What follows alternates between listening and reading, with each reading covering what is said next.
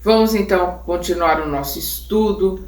Nós estamos na questão 223, são várias perguntas, nós estamos na 10ª pergunta.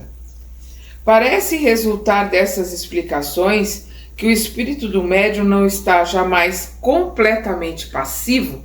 Nós vimos no nosso estudo passado que existe sempre uma participação do médium.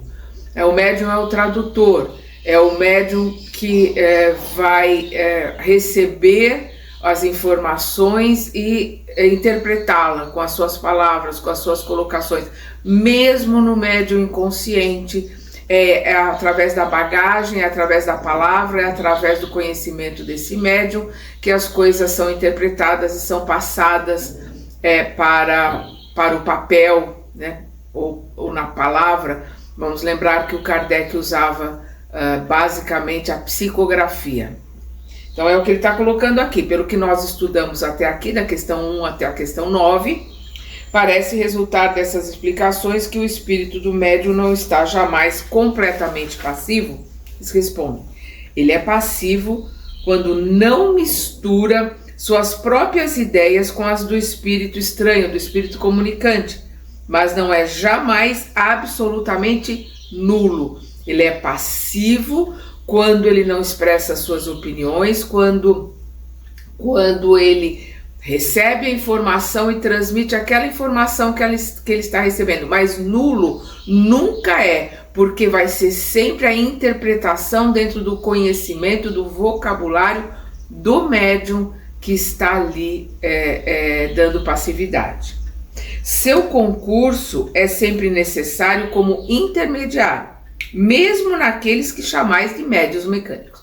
Mesmo nos mecânicos. Nós comentamos o caso do Chico, né? Falamos no nosso estudo passado que ele era mecânico, mas mesmo assim, mesmo sendo mecânico, né, a gente vê ali que ele para, porque ele está vendo a mente, né? Está vendo a tela que está na mente do Emmanuel. Mas ele, mecânico, ele não sabia, ele só sabia o que estava escrito depois que estava escrito. Mas o vocabulário, a interpretação que é feita no médium, né? É o médium que recebe a informação e interpreta. Então, quanto mais passivo, menos digamos assim, que menos ele se intrometer, menos ele colocar suas ideias, menos ele participar, ele se doar completamente, vai ter uma psicografia ou uma psicofonia mais próxima daquilo que o espírito comunicante quer passar. Por isso que os espíritos escolhem os médiuns por afinidade, por similaridade, justamente para que haja o mínimo de interferência nas colocações que o espírito está passando. 11ª. Não há mais garantia de independência no médium mecânico do que no médium intuitivo? Essa é uma ideia que a maioria das pessoas tem, né? Então eles respondem, sem dúvida nenhuma. Quer dizer, tem mais independência para o espírito no mecânico do que no intuitivo. No intuitivo ele é completamente dependente da tradução e interpretação do médium. No mecânico ele é mais independente. Ele é mais dependente no intuitivo e mais independente no mecânico. Mas é o que eles colocam aqui, sem dúvida nenhuma. E para certas comunicações, um médium mecânico é preferível. Vamos lembrar as cartas que o Chico fazia, que tinha a letra do desencarnado, tinha a assinatura que podia ser comprovada. Tanto podia ser comprovada, né, que a carta que inocentou um rapaz que estava sendo acusado de ter matado o amigo, e o amigo recorre ao Chico dando uma carta que foi um acidente. A letra foi reconhecida, a assinatura foi reconhecida como sendo a letra e a assinatura do rapaz. Por isso que o juiz aceitou a carta e o rapaz foi inocentado através da carta psicografada pelo Chico. Isso está registrado em tudo quanto é canto, né? Então eles colocam aqui. Então, e para certas comunicações um médium mecânico é preferível, mas quando se conhecem as faculdades de um médium intuitivo, isso se torna diferente, segundo as circunstâncias. Quero dizer que há comunicações que reclamam menos precisão. Então, num livro, né, como acho que a obra-prima do Chico e do Emmanuel, que é Paulo Estevão, que é considerado, eu considero como o quinto evangelho, nós vamos ver que a mediunidade mecânica do Chico foi extremamente importante, porque o Emmanuel ficou livre ali. Tem a colocação do Chico? Tem, mas por ele ser mecânico, o Emmanuel ficou livre ali para colocar as informações que ele, Emmanuel, estava pegando com Paulo.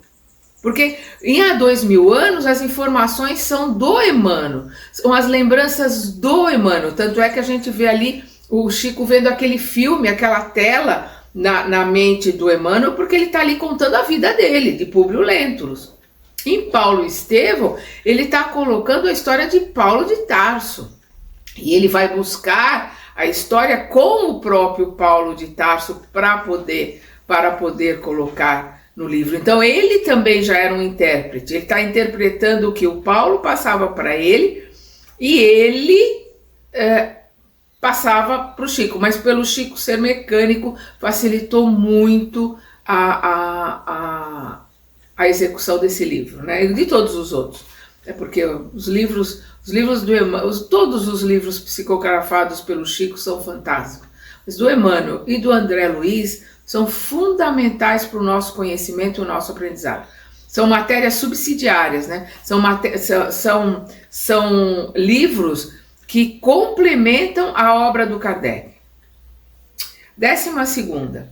Entre os diferentes sistemas que foram emitidos para explicar os fenômenos espíritas, há um que consiste em crer que a verdadeira mediunidade está num corpo completamente inerte, na cesta ou no papelão, por exemplo, que serve de instrumento, que o espírito estranho se identifica com esse objeto e o torna não somente vivo, mas inteligente. Daí o nome de médiuns inertes, dado a esses objetos. Que pensais disso? Essa é uma colocação da época do Kardec, chamavam as pranchas, as pranchetas, as cestas, as mesas de médiuns inertes.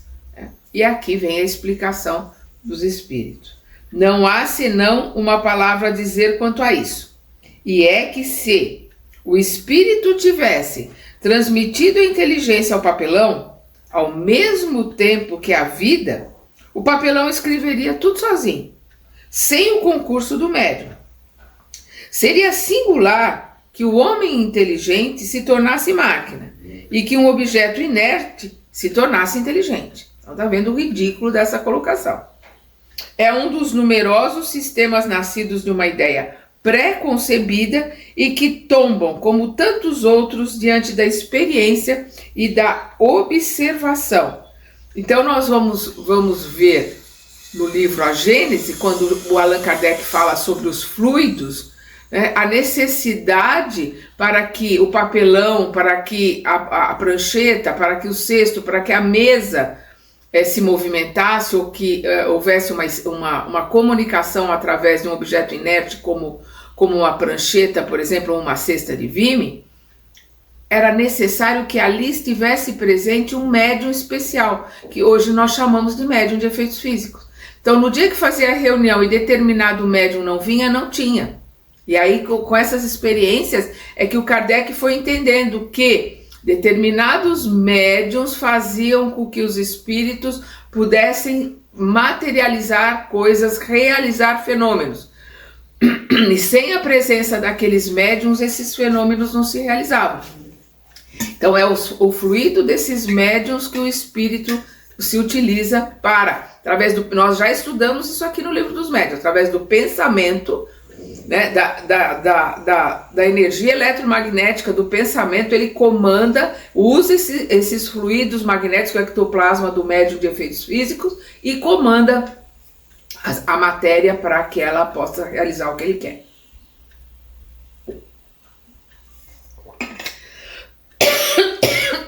Perdão. Continua aqui os espíritos. Não há senão uma palavra a dizer quanto a isso, e é que se o espírito transmitido, a inteligência ao papel, eu já li, perdão, quando ele fala aqui, né, de uma ideia, é um dos numerosos sistemas nascidos de uma ideia preconcebida e que tombam, como tantos outros, diante da experiência e da observação. Então aqui é um termo que é óbvio, não existe mais, porque não existe médium inerte, né? A mediunidade é o intercâmbio de um encarnado com um desencarnado. É o mensageiro, como está lá no livro Os Mensageiros. O médium é o mensageiro. 13º. Um fenômeno bem conhecido poderia abonar a opinião de que há, nos corpos inertes animados, mais do que a vida, mas ainda a inteligência, como é o das mesas, cestas, etc., que exprimem por seus movimentos a cólera ou a afeição. Então aqui o que ele está colocando? Que de vez em quando a mesa vinha e batia no chão, né? Às vezes ela vinha e batia no chão com tanta força que quebrava a mesa, quebrava os pés. Então isso que ele está colocando aqui, tanto a prancheta quanto a mesa apresentavam cólera ou apresentavam afeição, né? Estavam mais tranquilas. E aqui eles explicam. Quando um homem agita um bastão com cólera, não é o bastão que está colérico, nem mesmo a mão que segura o bastão, mas sim o pensamento que dirige a mão. Então, se ele segura um bastão, um pau, uma bengala, e ele age com raiva, age colericamente, agride, é o bastão? Claro que não. É a mão? Claro que não. É o sentimento, o pensamento do indivíduo que está ali comandando a mão, comandando aquele bastão. É isso que eles estão colocando. As mesas e as cestas não são mais inteligentes que o bastão. Não tem nenhum sentimento inteligente, mas obedecem a uma inteligência. Em uma palavra, não é o espírito que se transforma em cesta, nem mesmo que nela elege domicílio. Não vai morar, não vai viver ali na mesa ou não vai viver ali na cesta, né? 14º. Se não é racional atribuir a inteligência a esses objetos, pode-se considerá-los como uma variedade de médiuns em os designando sob o nome de médiuns inertes, quer dizer, dá para usar essa colocação de médiuns inertes? E eles vão responder, é uma questão de palavras. Eles sempre colocam isso, que palavra, nome é uma questão, um problema nosso, problema da nossa linguagem, da nossa comunicação, né? Então é uma questão de palavras que pouco nos importa, não importa os espíritos, contanto que vos entendais, contanto que nós aqui consigamos entender o que eles estão querendo colocar. Sois livres para chamarem um homem com uma marionete. Então você pode dizer que aquela marionete vai se chamar homem, ou vai se chamar João, vai se chamar Maria, é um problema nosso, contanto que a gente entende que é uma marionete. 15ª. Os espíritos não têm senão a linguagem do pensamento. Não têm a linguagem articulada. Por isso, não há para eles senão uma só língua. Assim sendo, um espírito poderia se exprimir por via mediúnica em uma língua que jamais falou quando vivia? E nesse caso, onde toma as palavras das quais se serve? É bem interessante essa pergunta que ele faz, e aqui vamos à resposta. Vós mesmos vindes de responder a vossa pergunta, dizendo que os espíritos têm uma única língua, que é a do pensamento, que ele coloca aqui. Os espíritos não têm senão a língua do pensamento. Então ele diz, você mesmo já respondeu a sua pergunta. Vós mesmos vindes de responder a vossa pergunta, dizendo que os espíritos têm uma única língua, que é a do pensamento. Essa língua é compreendida por todos, tanto pelos homens quanto pelos espíritos. O espírito errante, vamos lembrar que a erraticidade são os espíritos que precisam ainda reencarnar na Terra, que ainda tem processo de aprendizado e de provas e expiações aqui na Terra. Então, o espírito errante, em se dirigindo ao espírito encarnado do médium, não lhe fala nem francês, nem inglês, mas a língua universal, que é a do pensamento, para traduzir as suas ideias em uma linguagem articulada transmissível. toma suas palavras no vocabulário do médium. Então ele se comunica pelo pensamento, o médium recebe essa comunicação na sua língua, na língua que o médium entende, porque o pensamento ele é uma energia e ele transmite energia. O exemplo do download no computador, se você está com a programação do que você vai colocar no computador compatível com o computador entende direitinho a programação e o que você está passando para ele através do download. É a mesma coisa com o pensamento, com espíritos superiores. É isso que a gente precisa entender. Nós vamos lembrar lá no livro Nosso Lar, quando começa a Segunda Guerra Mundial, eles começam a receber judeus poloneses, desencarnados da Segunda Guerra, e eles precisam de tradutor. Porque eles não conseguem se comunicar lá no Nosso Lar com o desencarnado e o desencarnado não consegue se comunicar com eles. Por quê? Porque a linguagem que nós temos na mente é do pensamento, mas os espíritos mais elevados, os espíritos mais evoluídos, com mais conhecimento, é que conseguem transmitir e receber nessa linguagem universal. É como a música não precisa de tradutor. A música é uma linguagem universal. O pensamento é como a música, ele é uma linguagem universal, só que depende da evolução. Então, por mais que um espírito queira se comunicar com outro, se ele não é evoluído, ele vai precisar, articular a palavra, como é o caso do André Luiz. Ele precisava falar, ele não conseguia se comunicar pelo pensamento. Agora, o Lísias se comunicava pelo pensamento. Nós vamos ver os mentores se comunicando com o pensamento, porque quando o André Luiz fala, como o mentor já sabia o que ele estava pensando, já vinha com a resposta. O que você está querendo saber é isso, porque ele estava pegando o pensamento do André Luiz. Mas o André Luiz precisava articular, e o mentor precisava articular também para o André Luiz, porque ele não tinha condições de entender essa linguagem. É mais ou menos você colocar uma música para quem é surdo. Ele pode até sentir no ar a vibração que tem ali dos instrumentos, mas ele não decodifica a música. Então, essa surdez, digamos assim, ela faz parte da nossa pequenez. Então, conforme o espírito vai se elevando, conforme ele vai aprendendo, ele vai evoluindo, estudando, se desenvolvendo, ele vai desenvolvendo essa capacidade. Não é tanto de evolução moral espiritual, mas de conhecimento, de entendimento, de aprendizado. Tanto é que nós vamos ver no fim do livro Nosso Lar, o André Luiz colocando que ele já consegue se comunicar pelo pensamento. Né? E ele se comunica com Lísias. Nós vamos ver quando ele está lá na casa dele no Rio de Janeiro, ele chama a Narcisa. Ele se concentra, né? Na hora que ele vê que a esposa está com o segundo marido, ele pede ajuda para Narcisa. A gente vê lá, em 20 segundos a Narcisa está lá, recebe o chamado dele e vem. Então, vamos lá, vamos continuar aqui. O espírito errante, em se dirigindo ao espírito encarnado do médium, não lhe fala em francês nem inglês, mas a língua universal que é a do pensamento, para traduzir as suas ideias em uma linguagem articulada transmissível, toma suas palavras no vocabulário do médium.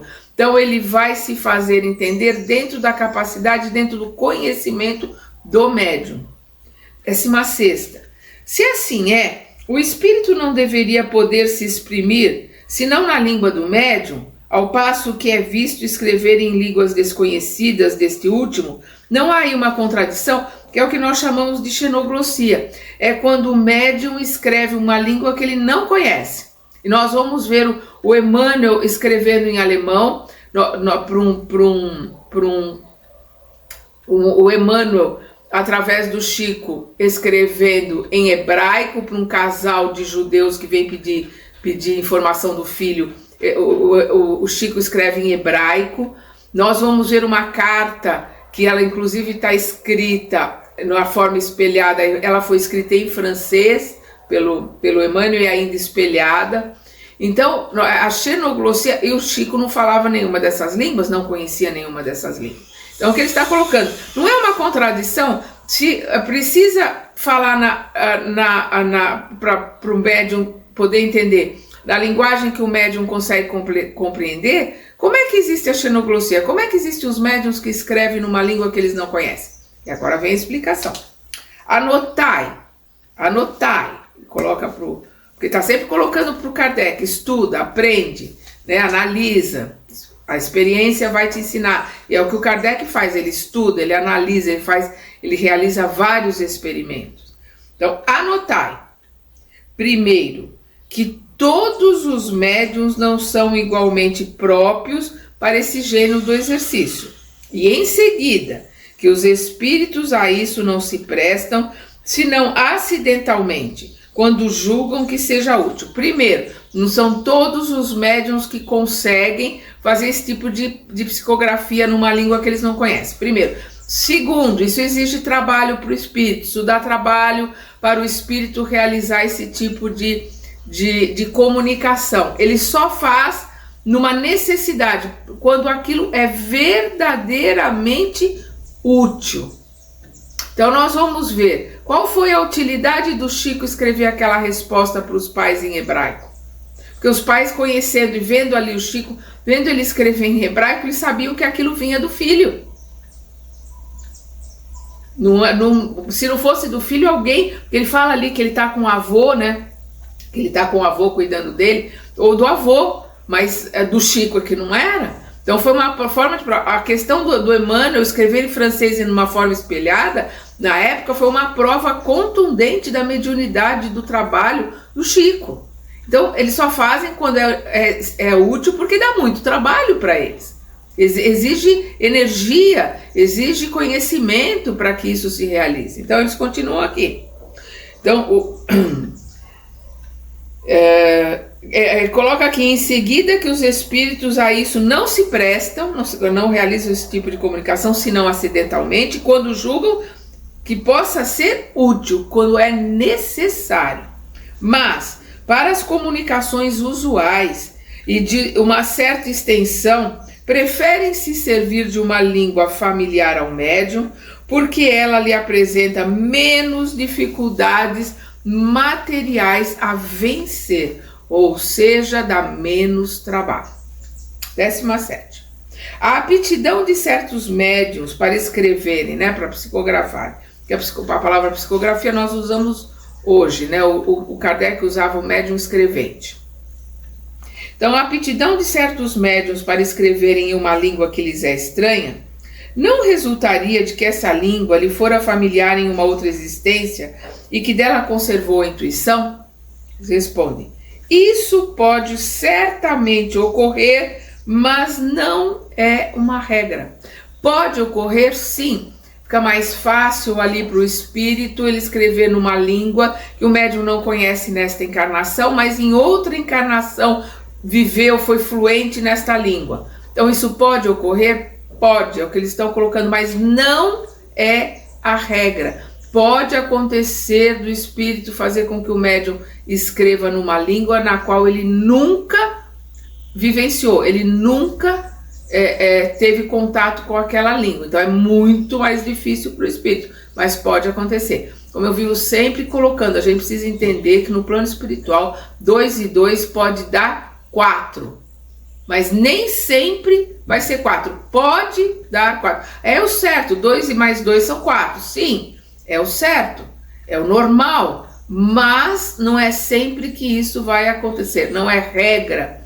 Nós precisamos entender que as coisas no plano espiritual não é receita de bolo, que você segue ali uma regrinha, isso não existe. Então, repetindo, a aptidão, isso pode ocorrer, isso certamente pode ocorrer, né, do médium ter tido contato em outras vidas com aquela língua, mas não é uma regra. O espírito pode, com alguns esforços, né, vai se dar mais trabalho, vai ser mais difícil, superar momentaneamente a resistência material que encontra.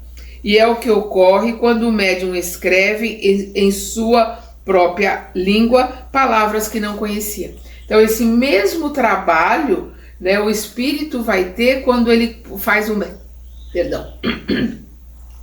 quando ele faz um médium escrever uma palavra que o médium não conhece, nunca ouviu aquela palavra, tem dificuldade ali para escrever, o espírito faz com que ele escreva. Dá mais trabalho? Dá mais trabalho, né? Mas ele pode fazer isso, por isso que eles dizem, não há uma regra, né? Ou se tem algumas regras, ou se tem algumas coisas que são consideradas, não é regra, são consideradas normais, isso aqui é o mais comum, mas as exceções existem, elas são inúmeras. 18º. Uma pessoa que não soubesse escrever, poderia escrever como médium? Opa! Uma pessoa que não sabe escrever como médium, ela pode escrever? Eles respondem, sim, pode, mas se concebe que há aí uma grande dificuldade mecânica a vencer. É óbvio, porque uma pessoa que não sabe escrever não tem coordenação motora, tem dificuldade de pegar o lápis, tem dificuldade para se utilizar do lápis justamente porque não escreve. Vamos lembrar que, principalmente quem é mais velho como eu, quando começou a aprender a escrever, o A com perninha, ia copiando em cima. A professora vinha, colocava a mão em cima da nossa mão e colocava, solta a mão, deixa a mão molinha. Por quê? Porque a gente ficava ali, né, tenso, segurando o lápis, aí a professora mandava a gente deixar a mão mais leve, porque a gente não tinha coordenação motora. Então a dificuldade do espírito para fazer com que um analfabeto, uma pessoa que nunca escreveu, escreva, é a coordenação motora. Então vamos lá, vamos repetir. Uma pessoa que não soubesse escrever poderia escrever como médium? Sim, mas se concebe que há aí uma grande dificuldade mecânica a vencer.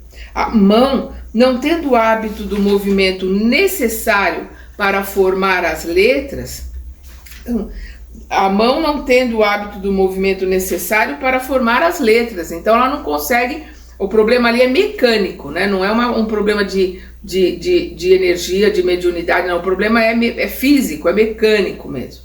Ocorre o mesmo com os médiuns desenhistas que não sabem desenhar. Então é a mesma coisa um médium que pinta, que nunca pegou num pincel, um médium que escreve uma partitura, que nunca aprendeu música, ou que senta num piano, ele nunca tocou piano. A dificuldade do espírito em relação àquele médium é a coordenação motora, muito mais do que qualquer outra coisa. 19ª. Um médium muito pouco inteligente poderia transmitir comunicações de uma ordem elevada? E aqui, quando ele fala muito pouco inteligente, algumas pessoas que têm algum tipo de restrição. Vamos lembrar que na época do Kardec, o que a gente chama hoje de pessoas portadoras de necessidades especiais, que é o politicamente correto para as pessoas que têm problemas alguma paralisia cerebral, algum retardamento, alguma dificuldade, né, de cognição em relação às pessoas consideradas normais, né? Hoje a gente tem toda essa colocação. Na época do Kardec, que se chamava de idiota e de idiotia. Qual é o problema que a pessoa tem? A idiotia, o que ele é? Um idiota. Hoje, idiota tem uma questão pejorativa, de diminuir, de denegrir, é um xingamento. Na época do Kardec era a palavra comum a ser usada. Então a gente estranha quando a gente vê, o livro é da metade do século XIX. Então a linguagem da época era idiotia, para quem tinha problemas de qualquer deficiência mental. Então vamos lá, os espíritos colocam aqui. Então vou repetir a pergunta. Um médium muito pouco inteligente poderia transmitir comunicações de uma ordem elevada? Eles respondem sim, pela mesma razão que um médium pode escrever em uma língua que não conhece. A mediunidade propriamente dita é independente da inteligência, assim como das qualidades morais. E na falta de um melhor instrumento, o espírito pode se servir daquele que tem sob a mão. Ele vai se utilizar daquilo que é possível. Da mesma forma que se usava prancheta ou se usava uma cesta, né? Então, na falta de um melhor instrumento, o espírito pode se servir daquele que tem sob a mão. Mas é natural que, para as comunicações de uma certa ordem, né, que tem uma importância, que tem uma certa relevância, ele prefere o médium que lhe ofereça menos obstáculos materiais. De resto, uma outra consideração, aqui ele coloca: o idiota, então vamos lembrar que na época do Kardec era o termo que era usado, o idiota frequentemente não é idiota senão pela imperfeição dos seus órgãos, mas seu espírito pode ser mais avançado do que credes. Disso tendes a prova por certas evocações de idiotas mortos ou vivos. Ou seja, o problema de ter alguma deficiência, ela está no corpo físico. O espírito emancipado, ou seja, quando o espírito se afasta do corpo, então ali a pessoa com alguma deficiência é médium, a hora que ela se afasta do corpo, ela não tem a deficiência que existe no corpo. O espírito está pleno ali recebendo a comunicação. A deficiência é do corpo, é o que o Kardec coloca. Quando fazia evocação de alguém que tinha algum problema mental desencarnado, ele vinha e se comunicava normalmente, ele tinha a sua inteligência no plano espiritual voltava ao normal. E quando ele evocava um espírito com problemas mentais encarnado, ou seja, aquela pessoa estava adormecida, vinha ali se comunicar com ele no estado de emancipação, né, de desdobramento, enquanto o corpo está adormecido, conversava normalmente, não tinha o problema, não tinha o cerceamento que a matéria criava para ele, porque o problema está na matéria, é a matéria que não dá condições daquele espírito se manifestar. Por isso que se coloca para as pessoas que têm filhos com algum problema mental, com alguma dificuldade, se conversar com ele à noite, quando a criança está dormindo, quando o filho está dormindo, conversar com ele, porque ele desligado do corpo, ele tem uma capacidade de entendimento, uma capacidade de assimilação que ele não tem quando ele está no corpo, porque quem o limita é o corpo. Tem uma nota do Kardec aqui.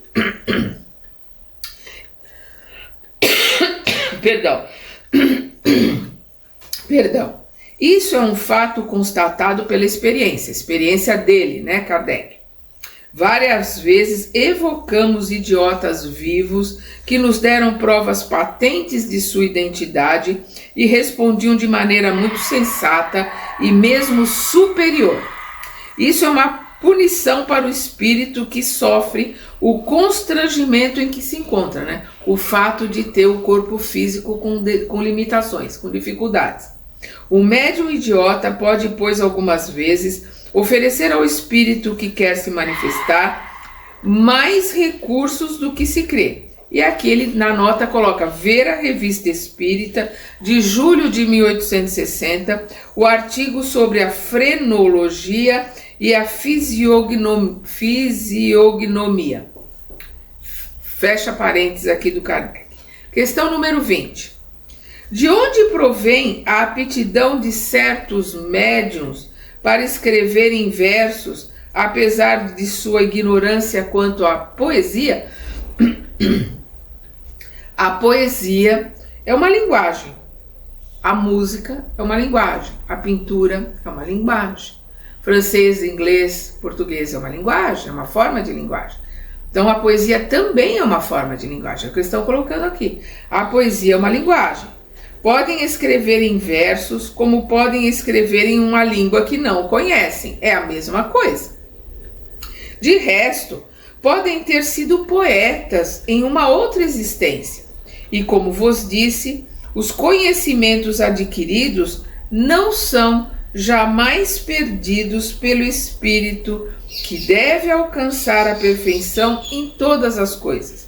Então, o que conheceram dá-lhes, sem que o saibam, uma facilidade que não tem no estado normal. Então, o que ele está colocando aqui? Aquele médium, embora ele não consiga escrever uma partitura, ou ele não consegue fazer uma poesia, em outras encarnações ele pode ter sido poeta ou ele pode ter sido músico, mas não é necessariamente a regra, como eles já colocaram. Mas se isso já aconteceu, já foi músico, já foi poeta, já foi pintor, né, numa outra encarnação, facilita para quê? Aquele espírito que quer se comunicar através dele, com uma música, com uma poesia ou com uma pintura, facilita essa comunicação de espírito, né, de perispírito para perispírito ali na comunicação mediúnica, porque ele tem na bagagem dele esse conhecimento. Mas é o que ele coloca aqui, né? Os conhecimentos adquiridos em todas as nossas existências, nós temos uma única vida, vai do átomo à eternidade, ao infinito, porque nós somos eternos, mas nós temos várias experiências e nós temos os aprendizados dessas experiências. Nós guardamos conosco esses aprendizados, a gente não perde. Da mesma forma que a gente também guarda no inconsciente os problemas, as dores, os erros, as coisas que nós temos que resolver e que temos que arrumar em nós. Mas o aprendizado também fica, por isso que ele coloca aqui. Então, os conhecimentos adquiridos não são jamais perdidos pelo espírito que deve alcançar a perfeição em todas as coisas. Nós vamos viver várias existências até termos a perfeição em todas as coisas, na música, na arte, na ciência, em todos os tipos de ciência. Porque a hora que a gente tiver aprendido tudo que esse planeta puder nos oferecer, tudo que nós pudermos aprender aqui, a hora que a gente tiver conseguido alcançar a nossa elevação moral, a sabedoria que é uma asa, nós vamos ver isso no livro Pensamento e Vida do Emmanuel, nós temos aqui no canal, é só ir buscar lá na playlist. E a hora que nós tivermos adquirido o conhecimento, a ciência, toda a tecnologia, todo o conhecimento que esse planeta pode dar, nós temos as duas asas do mesmo tamanho, a gente tem voos longos, a gente não precisa mais encarnar na Terra, a gente vai para outros orbes para ter outros aprendizados e continuar o nosso aprendizado, porque o nosso aprendizado é eterno.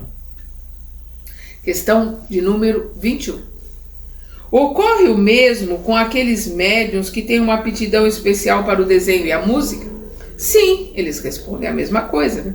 O desenho e a música são também maneiras de expressar o pensamento. É como a poesia, como a pintura, como o português, o francês, o inglês, são maneiras de se expressar o pensamento. O desenho e a música são também maneiras de expressar o pensamento. Os espíritos se servem dos instrumentos que lhes ofereçam maior facilidade. 22ª.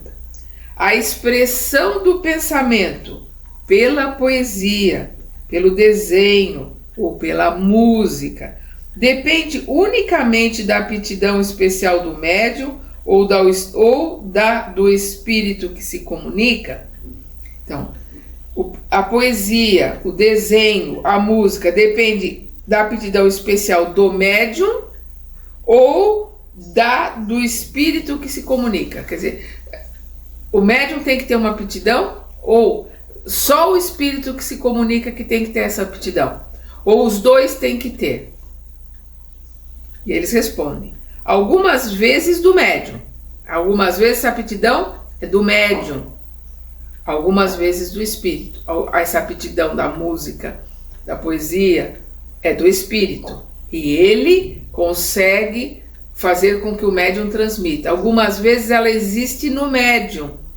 E aí o espírito se utiliza dela para a comunicação. Então olha o que eles estão colocando. Algumas vezes do médium, algumas vezes do espírito. Os espíritos superiores têm todas as aptidões. Os espíritos inferiores têm conhecimentos limitados. Por que os espíritos inferiores têm conhecimentos limitados? Porque está na trajetória, está nas experiências. Ainda precisa de muitas e muitas encarnações para ter todas as aptidões. Os espíritos superiores, principalmente aqueles que não precisam mais encarnar na Terra, eles já pegaram todas as aptidões que existem na Terra. Na ciência, na filosofia, química, medicina, física, música, poesia, pintura, artes plásticas, tudo que a Terra podia dar, eles já pegaram, já se assimilaram, já aprenderam, já chegaram no ápice, não precisam mais vir à Terra, estão aprendendo em outros lugares, em outros patamares. Eles têm todas. Então, se o médium tiver alguma, ele se utiliza da do médium. Se o médium não tiver, ele quiser se comunicar daquela forma, ele vai se comunicar porque ele tem essa aptidão com ele, porque é um espírito superior. Então, ele tem todas as aptidões. 23ª. Porque o homem que tem um talento transcendente em uma existência não o tem mais e numa existência seguinte? Eles colocam, não ocorre sempre assim. Não ocorre sempre assim. Frequentemente, de novo, não é uma regra de bolo, é aquilo que a gente chama, esse é o normal, né? Mas as exceções existem, são muitas. Então vamos lá.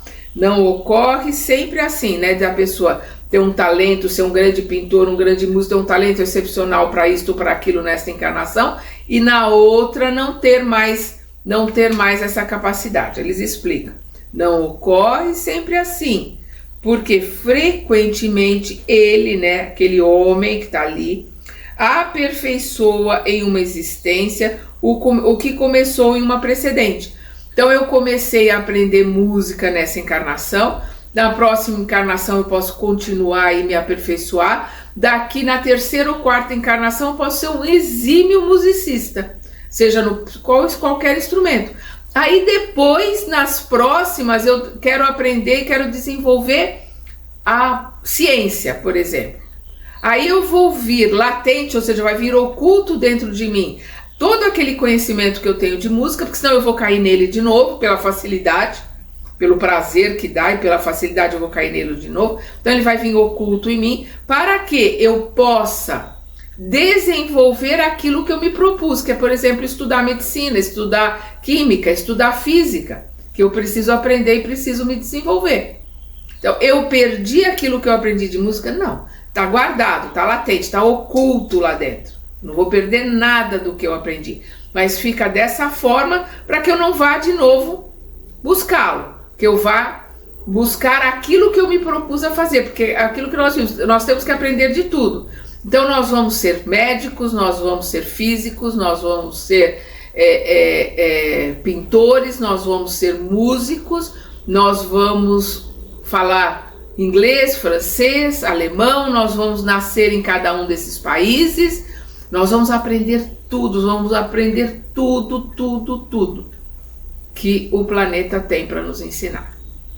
Voltando aqui, quando ele diz, ele aperfeiçoa o homem, né? Aperfeiçoa em uma existência o que começou em uma precedente, mas pode ocorrer que uma faculdade transcendente adormeça, aquilo que eu falei, vai ficar latente, vai ficar oculta, adormecida dentro dele.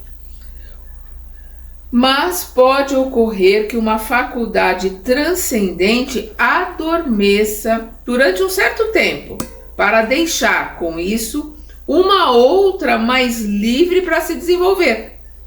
É um germe latente que se reencontrará mais tarde e do qual sempre ficam alguns traços, ou pelo menos uma vaga intuição. Então é aquela pessoa que é um excelente cirurgião, um excelente médico, e ele senta no piano, ele toca super bem, ele aprendeu quando era criança, ele aprendeu, ele gosta, aquilo distrai. Mas eu lembrei do Dr. Sérgio Felipe de Oliveira, né, que ele sempre começa as palestras dele tocando o piano dele, ele toca bem, mas é um excelente médico, é um excelente professor, e que está trazendo um conhecimento fantástico para a doutrina espírita, o Dr. Pineal. Então, com certeza em outras vidas ele desenvolveu a música, agora ele está desenvolvendo a medicina. Ele está num trabalho maravilhoso, né, dentro da medicina, junto com a espiritualidade, junto com o conhecimento espírita. Entrem no canal dele, Dr. Sérgio Felipe de Oliveira. As palestras dele são fantásticas. A palestra dele sobre a glândula pineal eu tenho nas palestras no nosso canal. É só ir lá na playlist, tem palestras do Dr. Sérgio Felipe de Oliveira. Lá tem a palestra sobre a pineal. É maravilhosa. Então, nós vamos ver o que ele... nesta encarnação, qual é a capacidade que ele está desenvolvendo? A medicina. E junto com o conhecimento espiritual, junto com a doutrina espírita, com a parte científica da doutrina espírita, ele está realizando um trabalho maravilhoso, fantástico. Pode ser que na próxima encarnação ele desenvolva isso ainda mais? Pode ser que não. E na próxima encarnação ele desenvolva uma outra capacidade dele. Ou então que ele termine, né, já conclua em mais algumas encarnações e não precise voltar na Terra, vai continuar a sua música, a sua medicina, os seus talentos num outro planeta, num outro aprendizado. Por quê? Porque nós vamos para o lado mais prático, nós vamos para aquilo que é mais simples. Então, se eu tenho uma facilidade imensa com a música, ela não tiver oculta, não tiver latente em mim, eu vou para a música. Por quê? Porque com todo o esquecimento do passado, eu não vou lembrar que eu vim para estudar física. Tenho tanta facilidade com a música, tanto prazer com a música, que eu vou me dedicar à música de novo. Então ela precisa vir oculta. Ou às vezes precisa vir com alguma dificuldade para que ela não se manifeste. Ou com as mãos, ou com o ouvido, né, de não ter uma boa audição, né, não ter uma boa coordenação motora que impede que toque determinados instrumentos, justamente para fazer com que aquilo fique adormecido lá dentro e se dedique a outras áreas, e para que se desenvolva dentro de nós o que é primordial, que é a humildade. Nós precisamos ser bons em tudo. Nós precisamos aprender tudo que esse planeta tem a ensinar, e aí temos que entender que estamos só no segundo degrau do aprendizado. Estamos engatinhando, somos crianças. Nós temos todo o universo à nossa frente, com planetas, com lições a nos ensinar. Nós temos a eternidade à nossa frente para aprender e para estudar. Então nós precisamos desenvolver em nós a humildade, porque nós estamos num planetinha pequenininho, num sistema solar mínimo, numa galáxia que está começando a entrar na Via Láctea, tem todo um processo ainda de trabalho a realizar, é tudo inho. Nós estamos só no segundo degrau de aprendizado. Se tem algo que nós precisamos aprender, é humildade, porque nós somos prepotentes, nós somos vaidosos, a gente se acha o máximo, a gente acha que sabe tudo. Quanto mais a gente estuda, mais a gente aprende, a gente descobre que não sabe nada. Tem um mundo pela frente para aprender. E aí eu sempre lembro do irmão Jacó, no livro Voltei, quando ele está no plano espiritual, que o Bezerra de Menezes dá um pacote para ele de presente, fala: isso aqui é para você estudar. Ele abre ali o pacote, quando ele vê, são 5 livros do Kardec, Pentateuco do Allan Kardec. Ele fala: mas eu passei a vida toda na Terra estudando os livros do Kardec. Aí o Bezerra olha para ele e fala: agora você vai estudar com outro olhar, num outro patamar. Então, com todos os livros, com tudo que nós temos que aprender e nós temos que estudar, nós temos que ler, reler, estudar cada vez mais aqui encarnados, porque nós vamos continuar estudando os livros do Kardec, o Evangelho do Cristo, os livros que o Emmanuel, que o André Luiz nos trazem. Nós vamos continuar estudando quando nós estivermos na nossa verdadeira vida no plano espiritual. Como o irmão Jacó ali pegou Pentateuco, né, o livro dos Espíritos, o livro dos Médiuns, o Evangelho segundo o Espiritismo, o Céu, o Inferno e a Gênesis. São 5 livros do Kardec, recebeu ali do Bezerra de Menezes para estudar de novo no plano espiritual. Então nós temos, eu já li.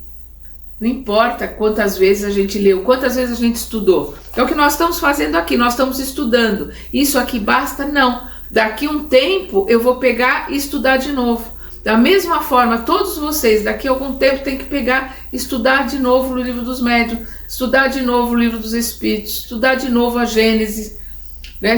Estudar de novo o Evangelho segundo o Espiritismo.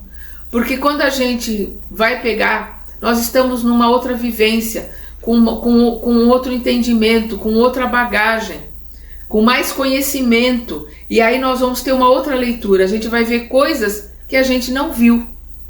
Na segunda, terceira ou quarta, nem sei quantas vezes eu já estudei esse livro, e estou estudando de novo agora para poder colocar no canal. Daqui a algum tempo tenho que pegar e estudar de novo. E todos nós temos que fazer isso, porque vamos fazer isso pela eternidade. Estudar sempre. E aqui nós terminamos a questão 223.